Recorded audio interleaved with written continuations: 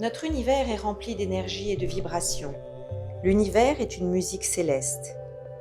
La sonothérapie, un voyage initiatique dans le ventre de notre mère. L'intelligence du fœtus se développe in utero, essentiellement grâce aux différents sons qu'il entend. Seul le lien sensoriel qui relie bébé au monde extérieur est l'audition. Déjà dans le ventre, grâce à l'ouïe, le bébé va apprendre à comprendre le monde extérieur et à l'appréhender pour mieux l'affronter à la naissance.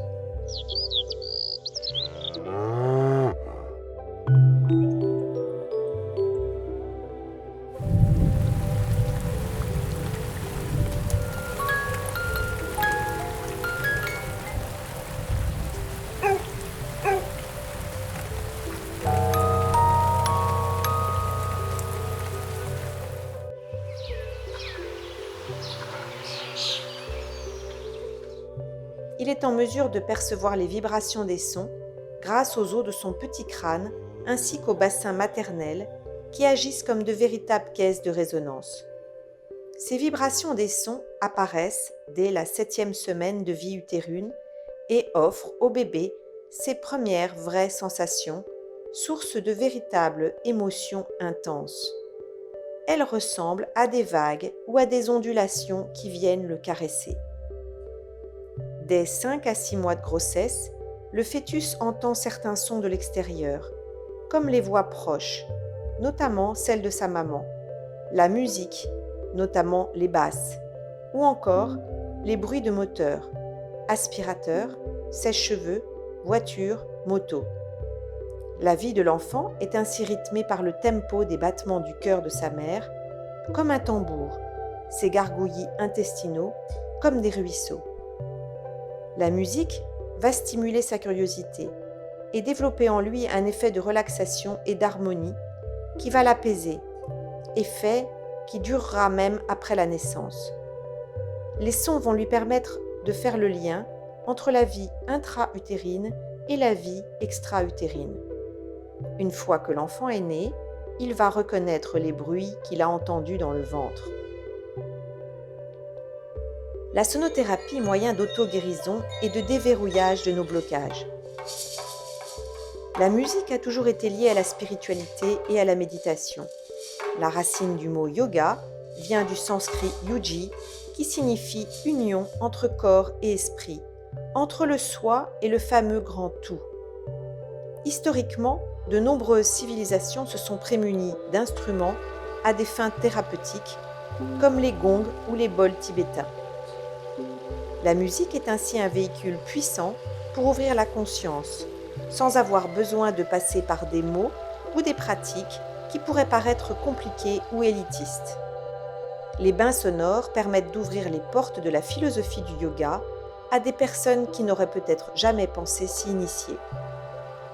La sonothérapie est une technique qui utilise le pouvoir des vibrations sonores sur les cellules humaines.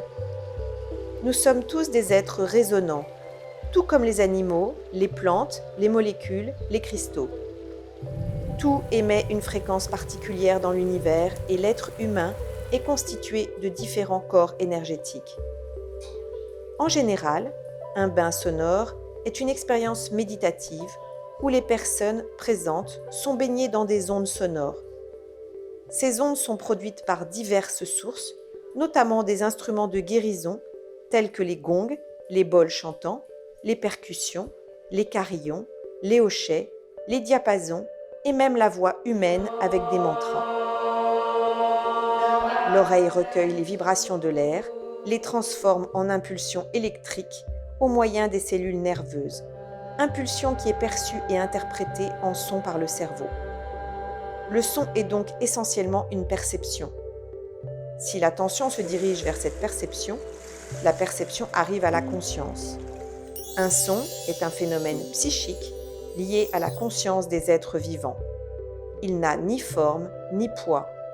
C'est un rayonnement, et comme tous les rayonnements, il est de nature vibratoire. Il se propage. Certaines fréquences libérées par des bols tibétains ou gongs correspondent aux ondes alpha, 8 à 13 Hz. Ces fréquences alpha sont produites naturellement par notre cerveau lorsque nous méditons ou nous relaxons. Notre cerveau, en se synchronisant à ces ondes alpha, permet de diminuer l'activité cérébrale. Le corps se relâche physiquement, les tensions du corps et les émotions se libèrent. La thérapie par le son est efficace, non seulement pour atteindre un état de relaxation, mais aussi pour éliminer les blocages dans le corps. Elle permet d'aider à traiter des problèmes tels que le stress, l'anxiété, l'hypertension artérielle, la dépression, les inflammations, les troubles du sommeil, la douleur et l'autisme. Chaque organe a en effet sa propre oscillation. Le corps émet un champ électromagnétique, source de vibration. Nos organes vibrent. Lorsqu'il y a tension ou maladie, la fréquence de ces vibrations est perturbée. Les gongs et instruments peuvent entrer en résonance avec notre organisme en réharmonisant. C'est l'eau dans notre corps qui sert de conducteur. Nos vibrations se diffusent à travers nos cellules. Cela réveillerait en nous cet état d'auto-guérison. La sonothérapie agit également sur nos chakras. Les sons, leurs fréquences et vibrations agissent sur notre corps physique et énergétique. Notre corps est composé de milliers de canaux énergétiques et les 7 chakras majeurs sont situés aux intersections de ces canaux.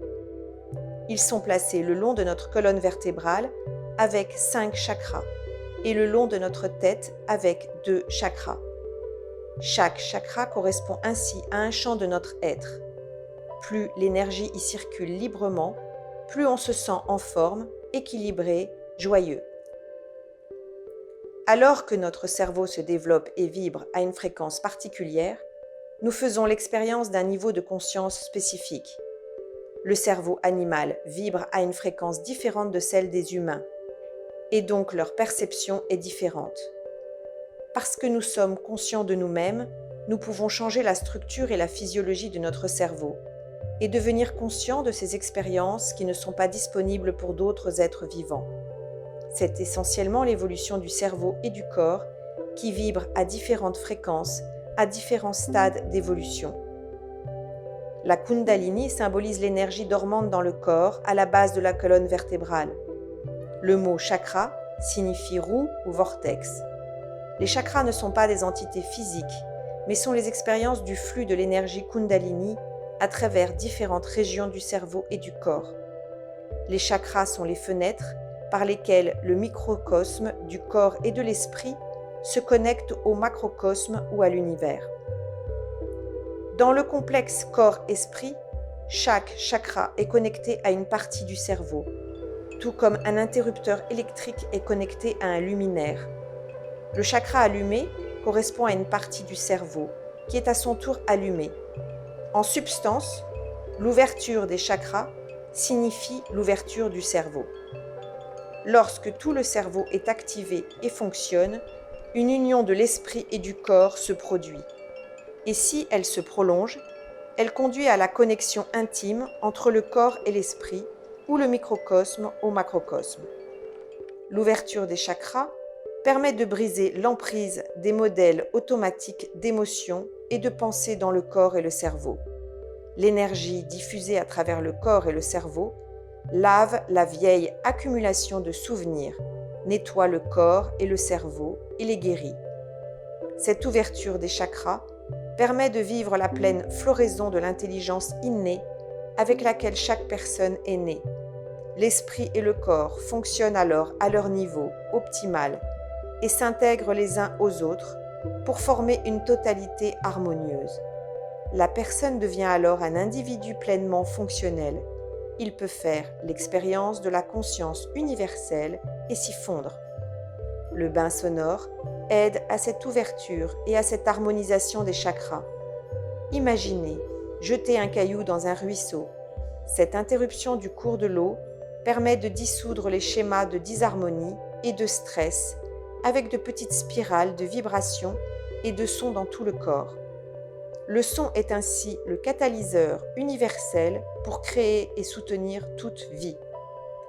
À l'aide de la sonothérapie, Imaginez dialoguer avec vos propres cellules, vous branchez sur une fréquence spécifique pour leur demander de retrouver une cohérence, une harmonie et un état sain, loin de la maladie, un équilibre, un bien-être, une cohérence interne, une avancée dans le déploiement du soi.